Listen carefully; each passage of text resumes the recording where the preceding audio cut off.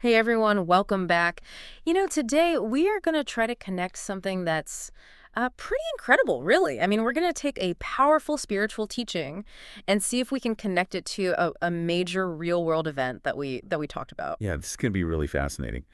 Um, you sent me a Murli, a spiritual message, actually. It was from April 6th, 1925, Okay. given in Madhuban by Avyaktabatara. Mm-hmm. And the main point of this Murli is the idea of becoming what it calls a carefree emperor. And that ties into the idea of shifting our focus from mine to yours, and then understanding the power of giving and receiving blessings. Okay. So that's the spiritual side. Yeah. And the real world event that you highlighted was this recent earthquake, the 7.7 magnitude earthquake that hit Myanmar.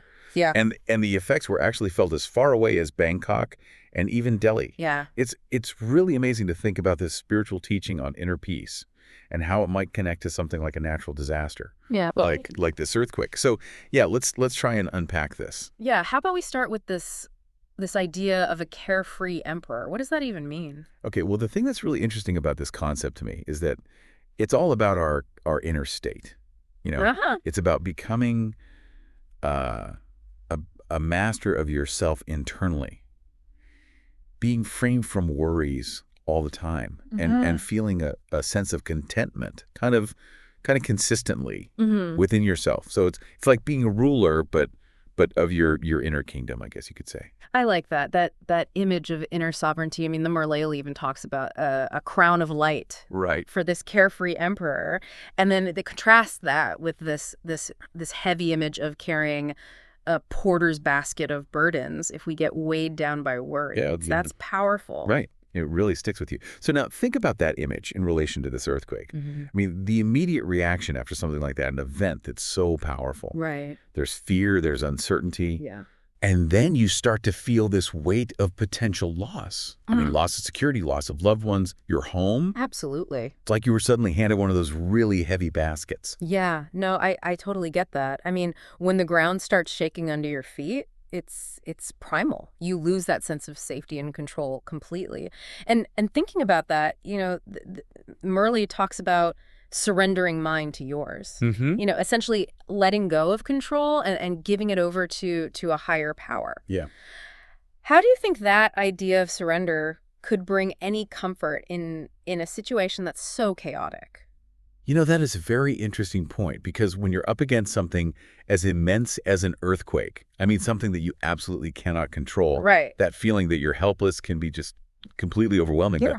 But maybe what the Murli is saying about surrender, it's not about, just giving up Hmm. or being passive, but more about recognizing that we do have limits to what we can control, Hmm. and maybe finding some peace by just trusting in a larger order to things. Okay. It's really about releasing that struggle you feel mentally when you fight against something that you can't change. Okay, so it's not about giving up. It's about finding a different type of strength and acceptance. Exactly. Okay, well, the Murli also mentions inner purity, being connected to self-sovereignty Yeah, and overcoming negativity, which it calls Maya. that's right. So how does this idea of our inner state connect to something that's so physically destructive? That's a really important question to consider.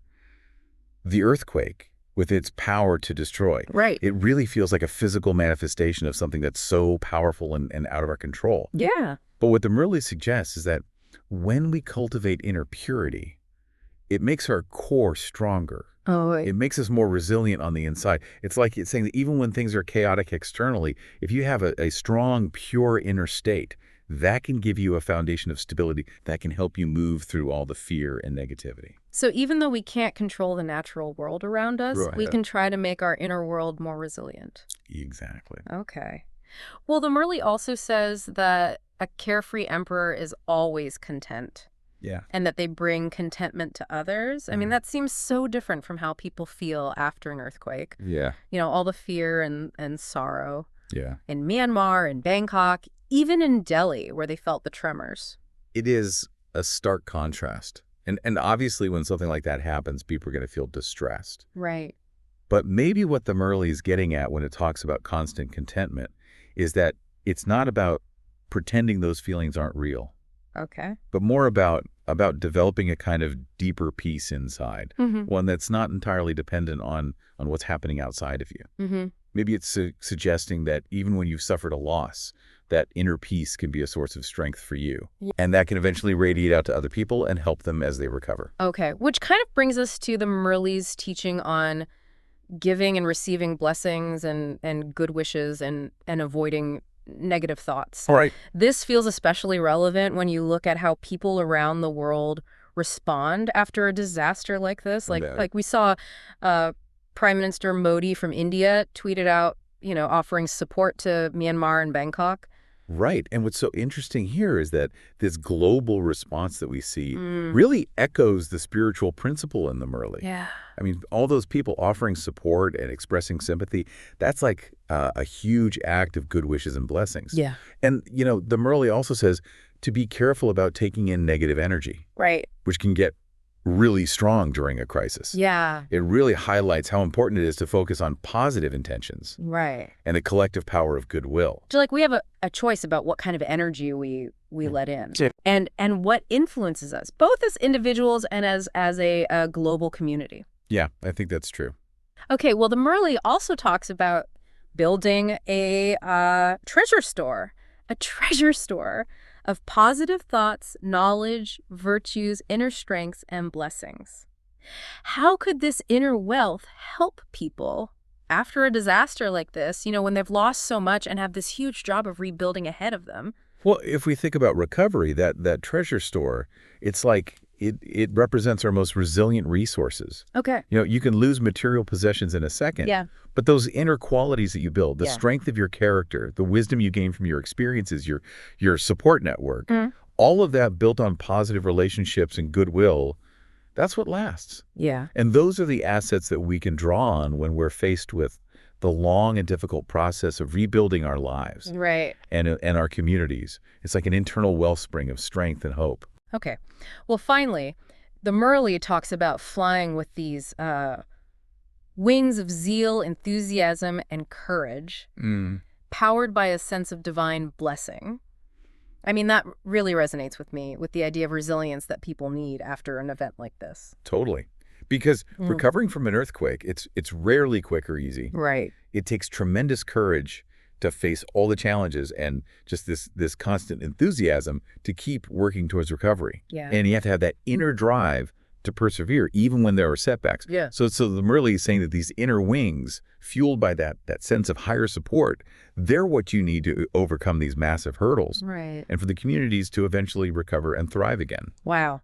It's incredible how these connections appear when you look at a spiritual teaching from almost 100 years ago. Right. And then see how it applies to the very real human experience of something like this earthquake. Yeah, for sure. Well, why don't we get into some of the details about the earthquake itself? What did you learn about it? Well, it was a very powerful earthquake. It registered 7.7 on the Richter scale. Wow. And then it was followed by an aftershock that measured 6.4. Okay. So the epicenter of the earthquake was near Saging in Myanmar. And the thing that's really important to understand about the amount of damage it caused is that it was a shallow earthquake. Okay. It originated only about 10 kilometers below the Earth's surface. Yeah. And shallow earthquakes are the ones that cause the most intense shaking and the most damage. And the impact was felt, much farther than just Myanmar. You mentioned Bangkok. What was it like there? Yeah. Bangkok is hundreds of kilometers away. Wow. And yet they had reports that were pretty remarkable. Yeah. For example, a 30-story building that was being built collapsed. Oh, my gosh. And that was in a really busy part of the city. Wow. So you can imagine the kind of energy that traveled that distance. And many high-rises in the city were swaying and even rolling. Yeah, it's this phenomenon called torsional resonance. Yeah. It happens when the energy from the earthquake matches the natural swaying frequency of a tall structure. Okay. So they twist and they move much more dramatically. And because of all this, Bangkok was actually declared an emergency zone. So the earthquake sent out these waves of energy that could make buildings twist, hundreds of kilometers away. Yeah. But closer to the source, in Myanmar, in places like Mandalay, the destruction must have been much worse. But tragically, yes, Mandalay is much closer to the epicenter in Saging. Right. And so they experienced the most intense shaking. And what's the main landmarks there? The Ava Bridge, which crosses the Irrawaddy River, Hmm. it collapsed. Oh, no. And there were widespread reports of damage to the ancient Buddhist temples in Bagan, Oh, wow. which are so important culturally and historically. Yeah. And, after a disaster like this, communication is so important. Right. Were they able to reach people? Well, no, that's the thing. The communication networks are really badly damaged, Oh, wow. and phone and internet service was disrupted in many of the affected areas in Myanmar. Mm. And so that would have made rescue efforts and relief work really difficult. Oh, I bet. And it also would have made it harder to figure out the extent of the damage. Right. And there were reports of casualties in Myanmar. Yes, that's the most devastating part of any disaster. Right.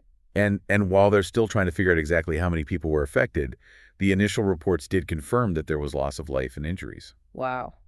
It's really sobering to think that the tremors from this earthquake were felt as far away as Delhi in India. It is. And you see the global awareness and concern from the reactions of leaders around the world. Mm. The Thai Prime Minister quickly declared Bangkok an emergency zone. Right. And India's Prime Minister Modi offered assistance right away to both Myanmar and Thailand. But it's interesting that at the time of the initial reports, there wasn't any official statement from China. Okay. So to put this into a little bit of a geological context, I mean, this wasn't completely out of the blue, was it, for this No. region? No, not at all. This region is known for its seismic activity. It sits on the Sagan Fault line. Okay. And this is a major boundary where the Indian and Eurasian tectonic plates meet. Right. The Burma plate, to be specific. Yeah. And these plates, they're constantly moving. And the stress that builds up along the fault lines is what causes the earthquakes. Mm-hmm. Myanmar has a history of significant earthquakes, and it's all because of this geological setting. So when we bring these two things together, Mm-hmm. this spiritual teaching about inner strength and peace, Right, and then this real-world event, this powerful earthquake and its aftermath. right. It really makes you think about how the principles in the Murli, even though they're, coming from a spiritual understanding, Mm. they might actually provide a really valuable framework for how we deal with the most challenging crises in the real world. Yeah. The idea of finding stability within yourself, Mm. even when there's chaos all around you, Right. learning to let go of the things that we just can't control Yeah. and focusing on creating and receiving positive energy.